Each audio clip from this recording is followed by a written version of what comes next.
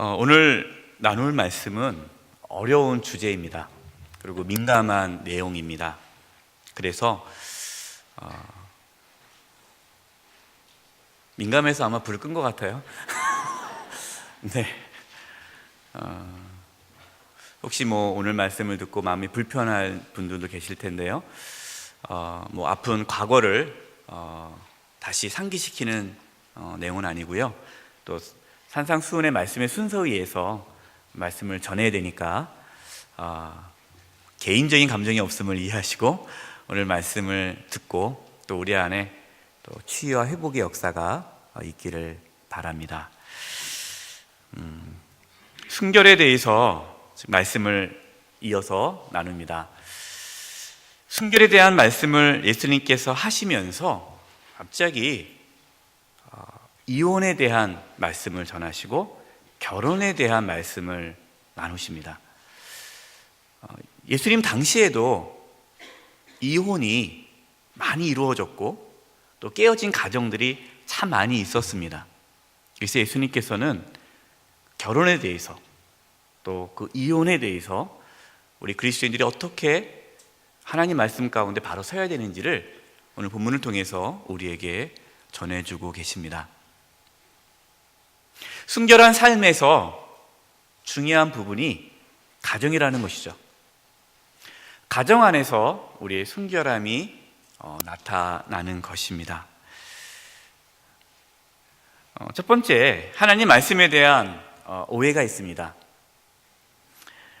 오늘 본문 말씀 마태복음 5장 31절에 이렇게 말씀하고 있습니다. 또 일러스되 누구든지 아내를 버리려거든 이혼 증서를 줄 것이라 하였으나, 지금 예수님께서 그 당시에 사람들이 알고 있던 율법에 대해서 말씀하고 있는 거예요. 그러니까 사람들은 율법에 의하면 누구든지 아내를 버리려면 이혼 증서를 줄 것이다. 이혼 증서를 써서 주기만 하면 이혼할 수 있다. 너희들이 그렇게 알고 있으나 라고 말씀하고 있습니다. 이 말씀은 신명기 24장 1절의 말씀을 근거해서 율법 학자들이 또 유대인들이 이 율법을 지키기 때문에 자기들은 이혼 증서를 해서 이혼한다. 아니, 하나님께서 이혼 증서를 또 주라고 했으니까 우리는 이혼 증서를 써준다. 말씀대로 살아가는데 무슨 잘못이 있느냐라고 생각할지 모르겠으나 이 말씀이거든요. 그러면 그 당시에 유대인들이 율법 학자들이 인용했던 신명기 24장 1절 말씀을 한번 우리 교재에 나와 있습니다. 프린트물이 있습니다. 한번 같이 한번 읽어보겠습니다. 시작. 사람이 아내를 맞이하여 데려온 후에 그에게 수치되는 일이 있음을 발견하고 그를 기뻐하지 아니하면 이혼 증서를 써서 그의 손에 주고 그를 자기 집에서 내보낼 것이요. 아멘. 사람이 아내를 맞이한 다음에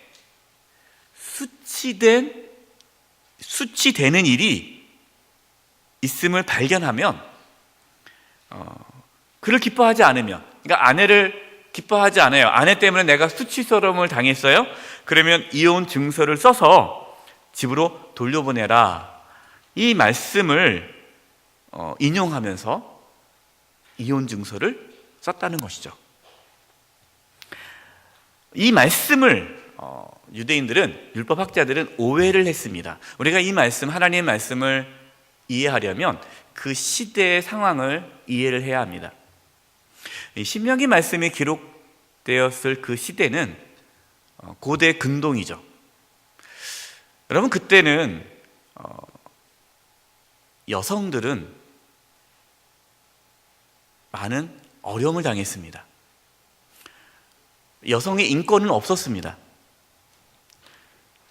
그렇기 때문에 남성들은 여성을 하나의 인격체로 대하지도 않았고 하나의 물건으로 취급했습니다. 물건을 쓰다가 재미가 없거나 유익하지 않으면 갖다 버리듯이 그렇게 아내들을 버렸습니다. 그 당시에 여성들은 일을 할 수가 없었습니다. 그래서 결혼을 해서 그 가정에서 지내야만 생계를 유지할 수 있는 사회적 구조였죠. 남편에게 버림받는다라면은 그 당시에는 도저히 살아갈 수가 없는 그런 구조였습니다. 그래서 성경에 고아와 과부를 돌보라라고 말씀한 이유가, 과부는 남편이 없지 않습니까? 그럼 사회적 약자고 가난한 자고 보호받을 수 없는 대상이었다는 거죠. 그러니까 이혼을 당하면 그 여인은 평생 가난과 고통 가운데 살아갈 수밖에 없는 거예요.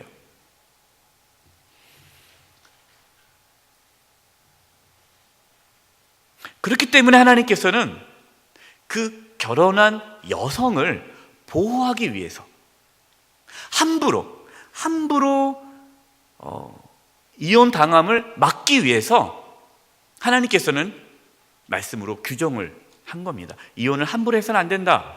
이혼을 하려면 거기에 대한 합당한 이유가 있어야 된다. 뭐 기분 나쁘다고 그냥 내 마음에 안 든다고 그렇게 쉽게 아내를 버려서는 안 된다. 근데 그 당시에는 그렇게 성행했거든요. 하나님께서는 여성을 보호하기 위해서 수치되는 일이 있을 때만 여성을 내보낼 수가 있다. 여기서 수치되는 일이라 함은 부정한 일이죠. 그런데 부당한 이혼을 막기 위한 목적으로 하나님께서 율법을 주셨는데, 사람들은 이 말씀을 이렇게 이용했습니다. 수치되는 일? 그렇구나. 좋아. 됐어. 이제 내 아내를 내보낼 수 이유가 생겼어. 밥을 하다가, 실제적으로 그 당시에 밥을 하다가 아내가 밥을 태웠습니다. 그러면 수치되는 일이야, 남편에게. 이혼 대상이 되는 거예요.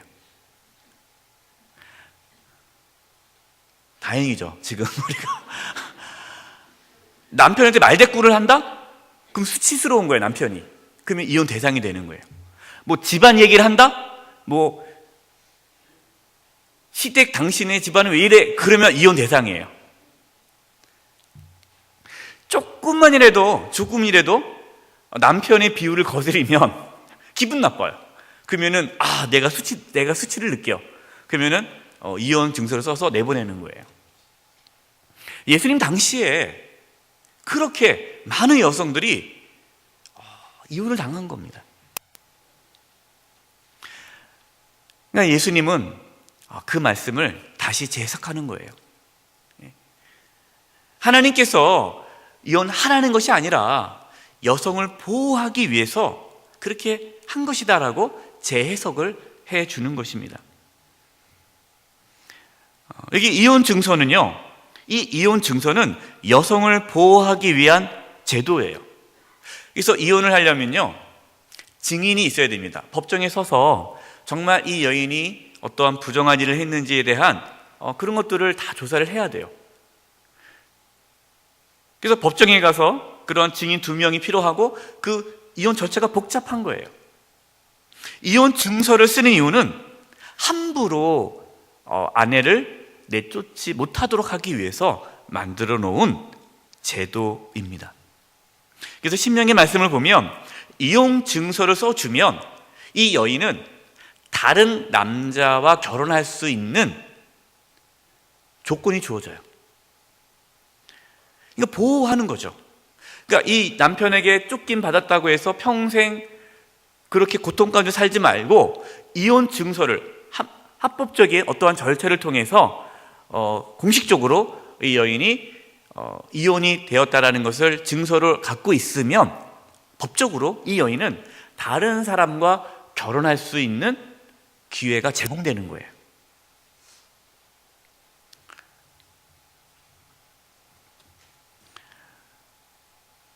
하나님께서는 그 당시에 약자 여성들을 보호하기 위해서 이혼을 못하게 한 것입니다.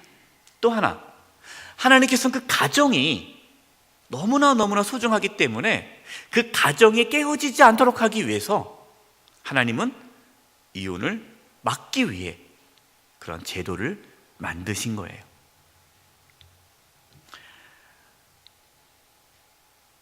마태복음 5장 32절, 오늘 본문 말씀입니다.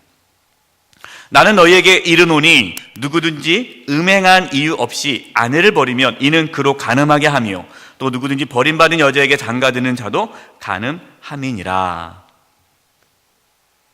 예수님께서는 음행한 이유 없이 버리면 안 된다.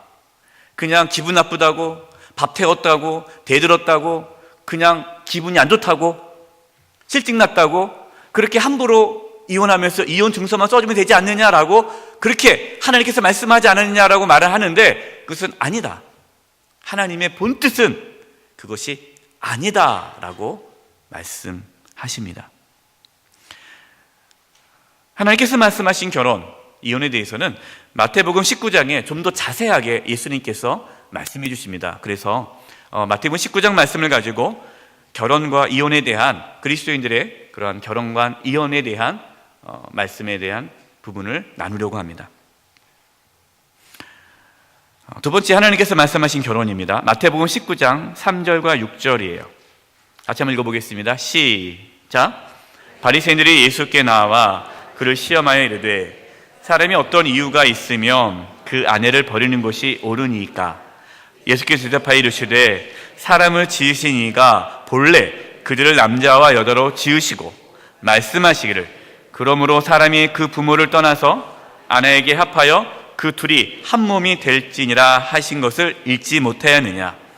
그런즉 이제 둘이 아니요 한 몸이니 그러므로 하나님이 짝지어 주신 것을 사람이 나누지 못할지니라 하시니. 아멘. 예수님께서는 좀 더 구체적으로 결혼에 대한 의미를 말씀하고 있습니다. 4절에 사람을 지으신 이가 하나님이죠. 하나님이 본래 그들을 남자와 여자로 지으시고, 남자와 여자로 지으셨어요. 여러분, 왜 남자와 여자를 지었을까요? 결혼하라고 지은 거예요. 그래서 하나님의 원래 뜻은요, 결혼해야 돼요. 요즘 젊은 청년들이 결혼을 안 하는데요, 이거는 하나님의 창조 질서에 반하는 겁니다. 하나님 말씀에 순종하면 결혼해야 돼요. 물론 내가 하나님의 뜻을 위해 스스로 결혼하지 않은 자들도 있습니다.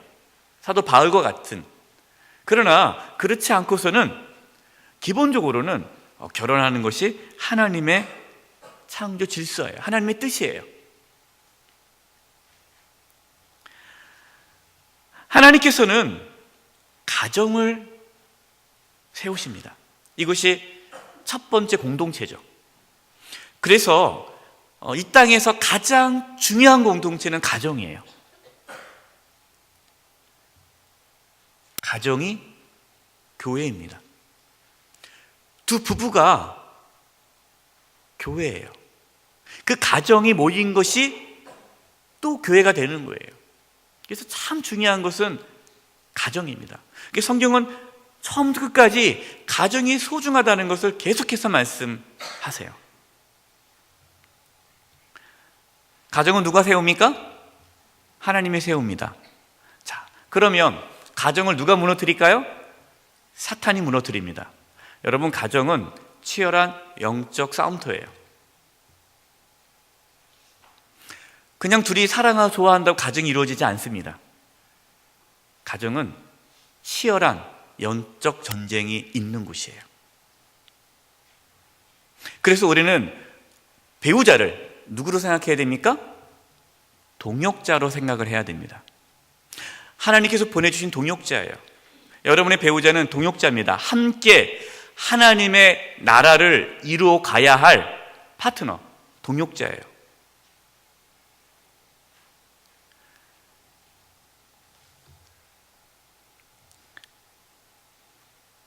6절입니다.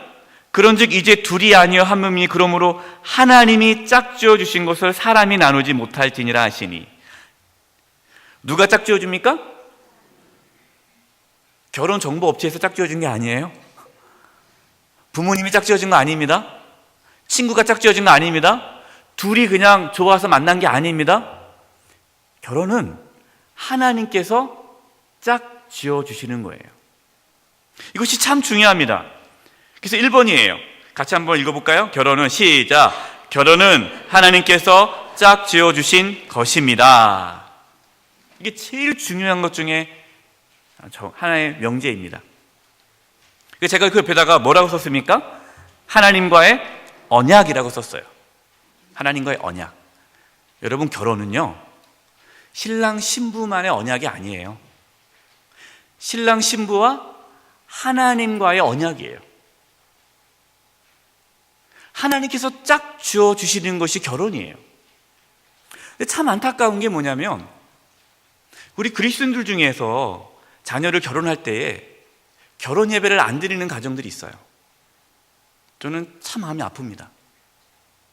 여러분, 어떤 분이 이렇게 얘기해요. 목사님 죄송해요.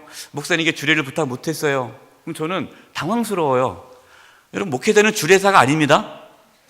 여러분, 목사님에게 주례 부탁하지 마세요. 목사님은 주례를 하는 게 아니라 예배를 인도하는 거예요. 예배자죠. 예배 인도자지. 말씀을 전하는 거지 주례하는 게 아니에요. 그래서 이렇게 얘기해요. 목사님, 요즘에 유행이 주례 안 하는 게 유행이래요.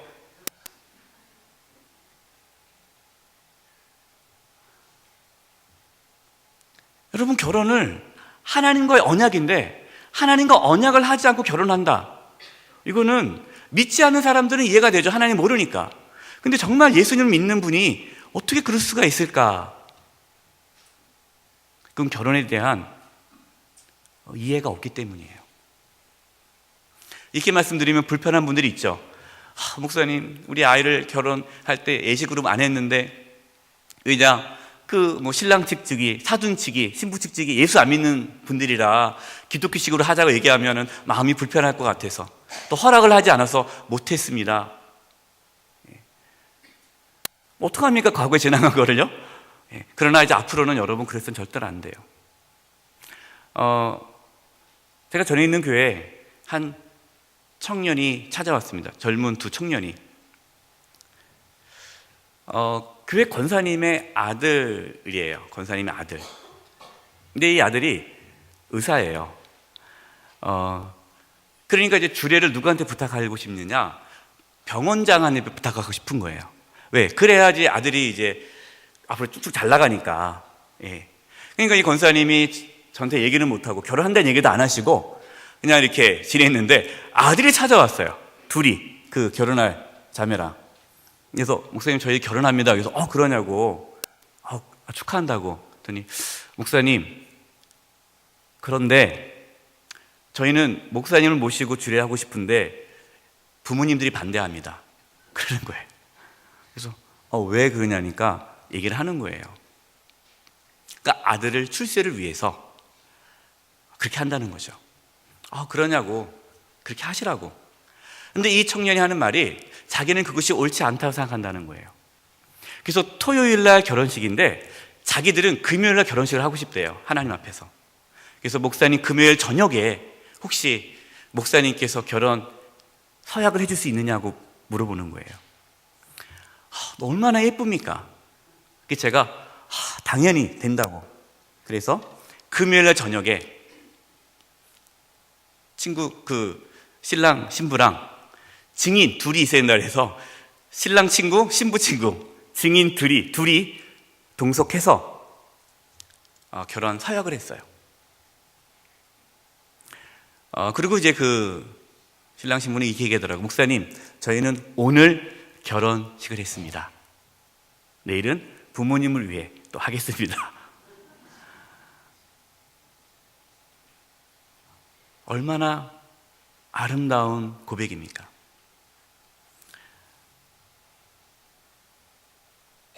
결혼은 하나님과의 언약이기 때문에 깰 수가 없는 거예요. 아니, 두 사람끼리 언약이면 깰 수 있어요. 왜요? 두 사람끼리 서로 합의하면 깰 수가 있는 거예요. 그러나 결혼은 하나님과 언약이기 때문에 깰 수가 없어요. 왜냐하면 하나님께서 허락하지 않으시니까. 두 사람의 관계가 아니라 하나님과 언약이기 때문에 깰 수 없는 거예요. 그래서 하나님께서 하나님의 짝지어주신 것을 사람이 나누지 못한다라고 말씀하십니다.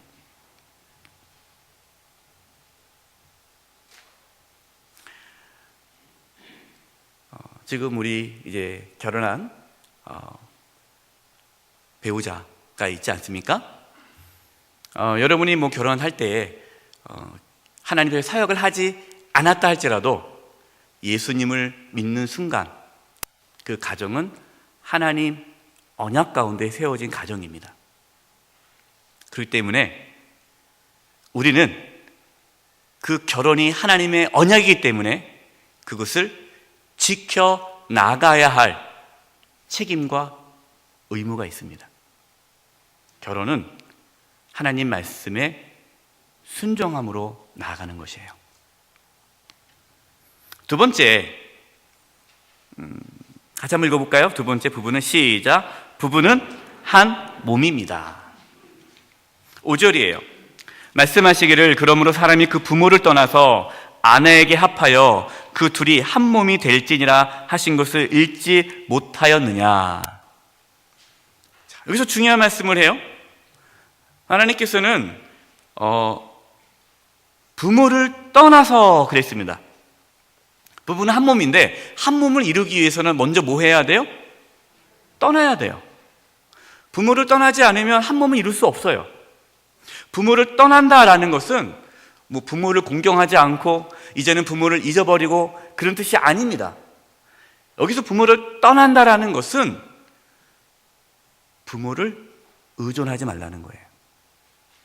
그리고 내가 그 부모 안에서 살아왔던 삶의 방식 있지 않습니까? 삶의 스타일, 그것을 버리라는 거예요.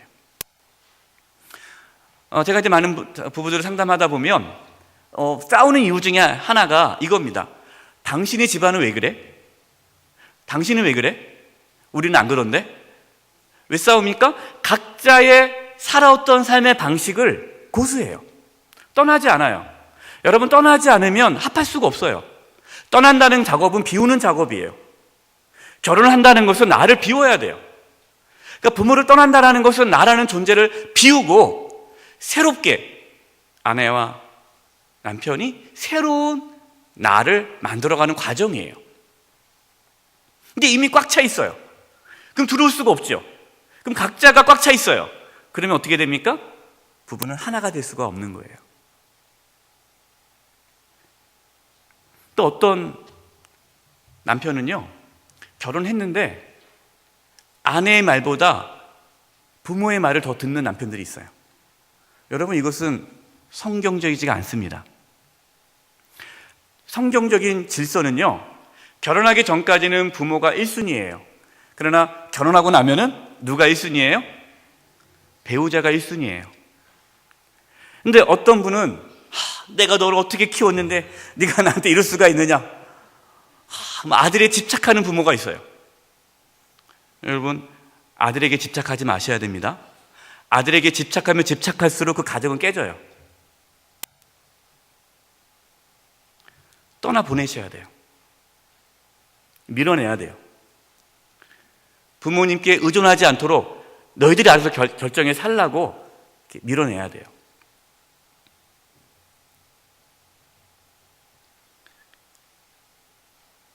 육체적, 정신적, 영적으로 한 몸을 이루어가는 과정입니다. 그렇기 때문에 이것이 힘든 거예요. 왜냐? 그냥 사랑한다고 사는 게 아니라 부부라는 것은 서로가 비움의 작업이 필요하고 서로가 한 몸을 이루어가는 그 과정이 결혼 생활이기 때문에 사실 힘듭니다. 그러나 그 과정을 이루어갈 때에 그 가정은 거룩해지고 하나님께서 기뻐하는 가정으로 세워져지는 거예요. 혹시 결혼시킨 자녀들이 있습니까? 네, 그러면은 떠나보내십시오. 부모님 계십니까? 그러면 공경하십시오. 떠나보냈다고 해서 완전히 모른 척 하는 것이 아니라 공경해야 됩니다. 그러나 모든 일은 부부가 결정해야 돼요. 그래서 남편은 아내 허락 없이 어떤 일을 결정해서는 안 됩니다. 아내도 남편 허락 없이 어떤 걸 결정해서는 안 됩니다. 두 부부가 서로 합의를 통해 어떤 일들을 이루어 가야 돼요.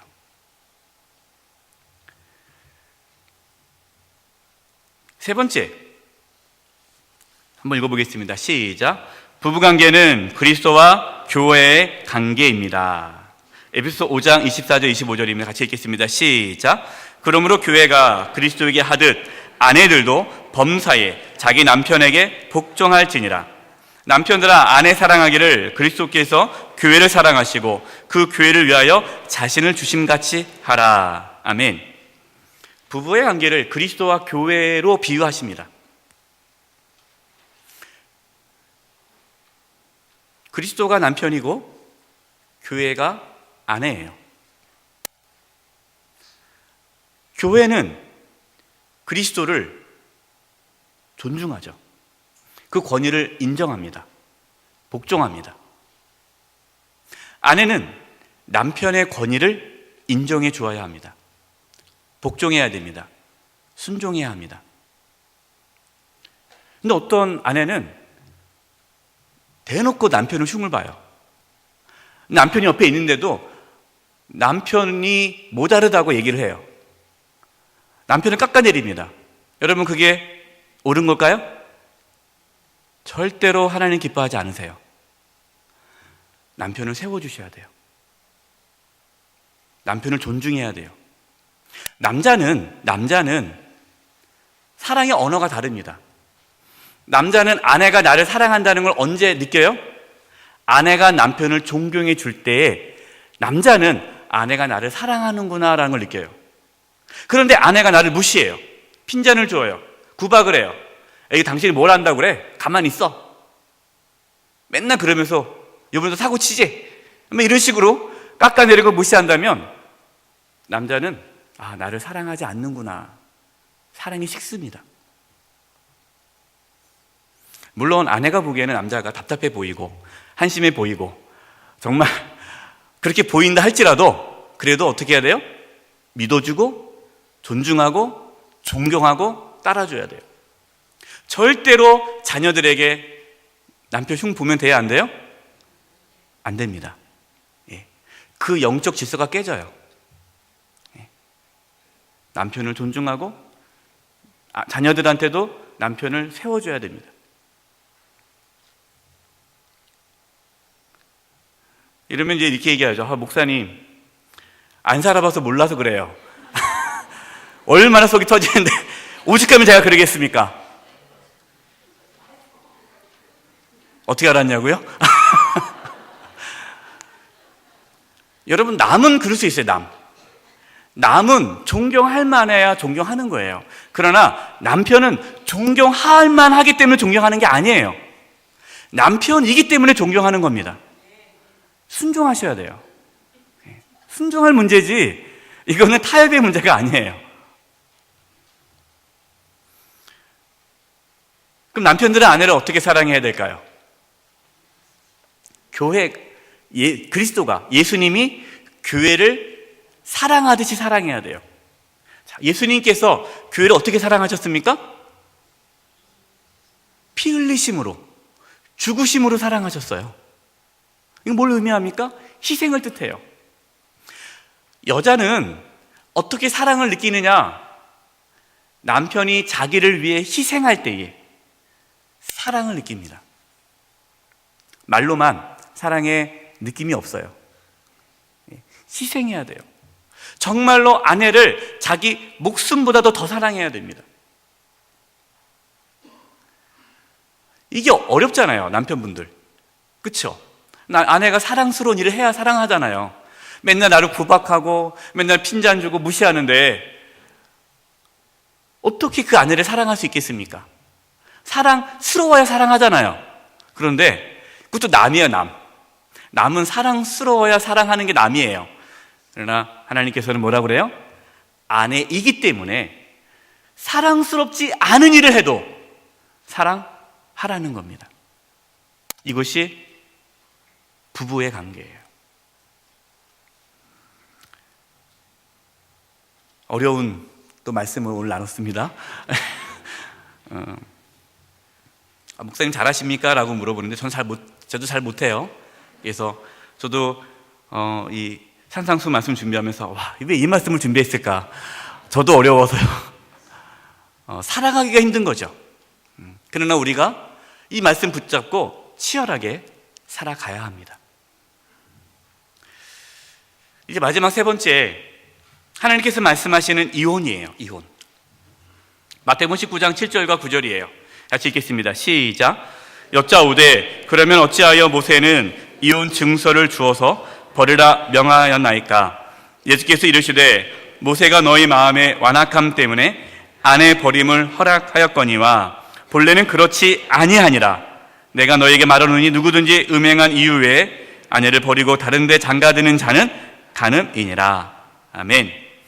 8절에 본래는 그렇지 아니하니라. 원래 하나님의 마음은 이혼을 원치 않는다라는 거예요. 이혼하지 못하게 하려고, 아내를 쉽게 버리지 않게 하려고 이혼 제도를 만든 것 뿐이지, 그것이 최선이 아니라는 거예요. 차선이지. 더 큰 악을 행하지 못하도록 하기 위해서 차선책으로 이혼을 말하는 거지 최선은 아니다. 원래 하나님의 마음은 이혼이 아니다라는 겁니다. 저는 이제 목회하면서요, 이혼 중간에 있는 가정도 상담을 했고, 이혼해서 찾아온 가정도 상담을 했고, 또 이혼 직전에 있는 가정도 상담을 했고요. 또 결혼하고 갈등이 있을 때도 상담을 하고, 많은 부부들을 이렇게 만나 상담을 했습니다. 다른 사람을 볼 필요 없고요, 저 자신을 봐서도요, 왜 이렇게 많은 사람들이 이혼을 할까? 그 이유는 결혼 준비가 안 돼 있다는 걸 깨달았어요. 결혼 준비. 그래서 우스갯소리로 제가 이런 말을 했습니다. 아무나 결혼하면 안 된다. 결혼할 수 있는 자격증을 배부해야 된다. 그래서 어떠한 훈련을 해서 이 사람이 결혼해서 충분히 살 수 있을 만큼의 인격적인 소양과 어떤 기본적인 훈련이 되어 있어야만 결혼하도록 하는 제도가 있어야 되지 않을까. 왜 말씀을 드리냐면, 너무너무 모르고 결혼해요.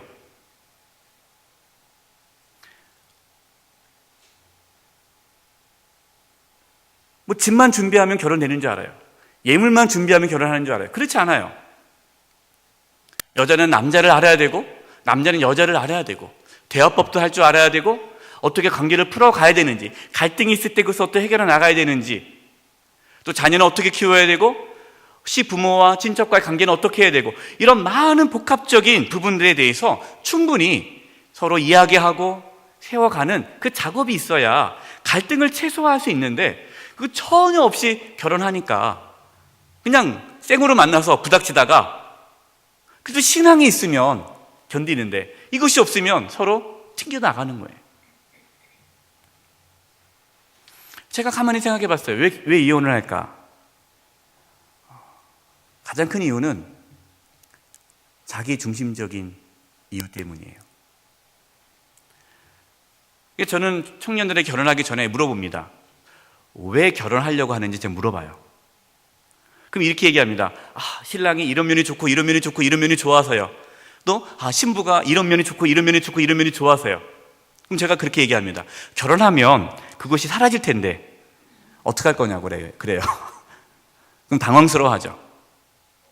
결혼은 이 사람이 이게 좋아서 결혼하면 후회하는 겁니다. 내가 이 사람을 위해서 희생할 수 있을 마음이 있을 때 결혼하십시오. 아직 결혼하지 않았으니까 다시 한번 생각하고 얘기해 주세요라고 얘기를 합니다.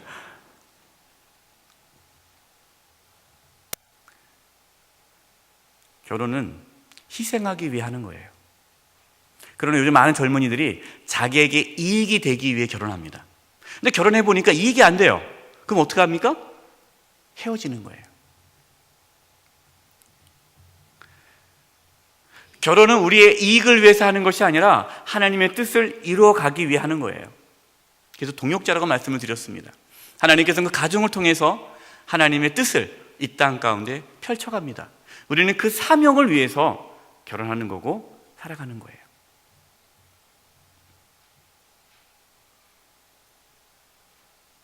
하나님께서 원치 않으시지만 어쩔 수 없이 이혼을 할 수밖에 없는 상황에 처해져 있어요. 그럼 두 번째, 사람들의 죄악으로 인함이다 그랬습니다. 우리가 어떤 이혼을 해야 될 어떤 위기에 있을 때 우리는 첫 번째로 견뎌야 돼요. 하나님께서 이 과정을 통해서 나에게 어떠한 뜻이 있는가를 하나님의 뜻을 참고 견뎌야 됩니다. 그러면서 상담을 받으셔야 돼요. 저는 이렇게 부부 상담하다가 제가 전문 상담가 넘겨줍니다. 왜냐하면 부부 상담은 전문가가 있어야 돼요. 부부 상담 위기에 있는 부부들을 이렇게 넘겨주면 거의 대부분이 관계가 회복돼서 와요. 그래서 상담을 받으셔야 됩니다. 그리고 훈련을 해야 돼요. 신앙적인 훈련을. 어떻게 부부가 살아가야 되는지에 대한 이해가 없으니까. 그것이 없으면 또 결혼하면 또 아픔을 겪을 수밖에 없어요. 그러나 그럼에도 불구하고 이혼을 할 수밖에 없는 상황이 있습니다. 그것은 폭행이 있을 때. 요즘엔 아내가 또 때리더라고요.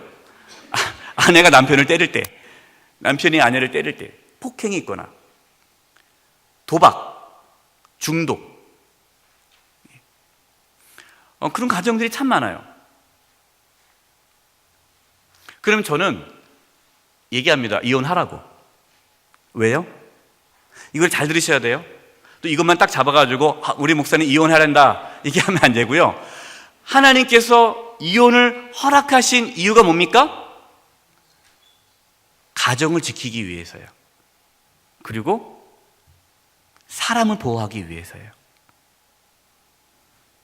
가정을 지키기 위해서, 자녀를 보호하기 위해서 이혼을 할 수 있습니다. 아버지가 술 먹고 와서 맨날 때려요. 아이들을 폭행합니다. 오늘 신문 보니까 한 해에 폭행으로 인해서, 남편 폭행으로 인해서 자살하는 부인이, 아내의 숫자가 한 해에 100명이래요.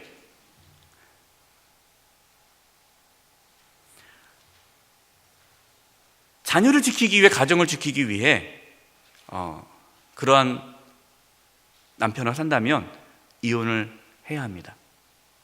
또 도박을 해서 다 이렇게 힘들게 하면 참 그건 어려워요. 그럼 가정을 지키기 위해서는 이혼이 가능합니다. 그러나 그것은 실수는 아니고 차선이에요. 어떤 분들은 이혼을 하고 고통 가운데 찾아옵니다. 목사님, 말씀을 들으면 하나님께서 이혼하지 말라고 그러고 막 그러는데 너무너무 괴롭다라는 거예요. 자기는 이미 이혼을 했는데 이제 그러면 저는 제 인생은 끝난 건가요? 저는 이제 하나님께서 버리셨나요? 여러분, 그렇지 않아요. 우리가 기억할 것이 있습니다. 하나님의 사랑은 우리의 뭐보다 크다고요? 우리의 연약함보다 크다라는 것을 절대 잊어서는 안 됩니다. 내가 잘못을 해서 내 연약함으로 인해서 이혼을 한다 할지라도 하나님은 그 사람을 용서해 주시고 다시 회복시켜 주세요. 이혼한 한 자매와 오랫동안 상담을 했는데 가장 힘들었던 것 중에 그거예요. 이제 하나님 날 버리지 않았을까? 그때 제가 전했던 메시지는 이거였습니다. 이전 것은 지나갔으니 보라, 새 것이 되었도다. 이제부터 새로운 출발을 하십시오. 그러나 이제 다시 결혼할 때는 다시 본인의 그러한 어리석음으로 인해서 다시 고통이 찾아오지 않도록 충분히 신앙의 성숙함을 가지시고 결혼에 대한 충분한 훈련을 받으시고 그리고 가정을 이루십시오. 우리 자녀들 중에 이혼한 자녀들이 있습니다. 돌싱이라고 그러죠. 그것 때문에 여러분 힘들어하지 마십시오. 이제는 그것을 하나님께 맡기고 이제는 새로운 출발을 선언하셔야 돼요. 계속 과거에 붙잡혀서 그의 삶을 무너뜨려서는 안 됩니다. 어떤 권사님들은 자기 딸이 돌싱이 된 것에 대해서, 아들이 돌싱이 된 것에 대해서 괴로워서 그것 때문에 더 이상 삶이 나아가지는 못해요. 여러분, 하나님 기뻐하지 않습니다. 하나님은 새롭게 시작하기를 원하십니다. 그러나 분명한 것은 새롭게 시작할 때는 충분히 훈련받아서, 그때는 그 다음에는 정말 하나님께서 기뻐하는 가정으로 세워갈 수 있는 훈련이 필요합니다. 결론이에요. 순결한 삶의 원리입니다. 순결한 삶은 누가 이루어 가십니까? 하나님께서 이루어 가십니다. 우리 유다서 1장 24절입니다. 읽겠습니다. 시작. 능히 너희를 보호하사 거침이 없게 하시고 너희로 그 영광 앞에 흠이 없이 기쁨으로 서게 하실 이. 하나님께서는 저와 여러분을 보호해 주실 것입니다. 우리의 가정을 보호해 주실 것입니다. 우리의 자녀들의 가정을 보호해 주실 것입니다. 하나님께서는 하나님 앞에 흠이 없이 기쁨으로 설 수 있도록 우리를 이끌어 가실 것입니다. 이 은혜가 우리의 가정 가운데, 우리의 자녀들의 가정 가운데 있기를 주님의 이름으로 축원드립니다. 기도하겠습니다. 하나님, 이 땅의 많은 가정들이 고통을 겪고 있고 부부의 관계가 깨어져서 신음하고 있습니다. 하나님, 우리 사랑하는 성도님들의 가정은 무너지지 않도록 하나님께서 지켜 주시옵소서. 우리의 자녀들의 가정을 하나님께서 보호하여 주시고 우리 자녀들이 믿음 안에서 거룩한 가정을 세워갈 수 있도록 도와주시옵소서. 예수님의 이름으로 기도드립니다. 아멘.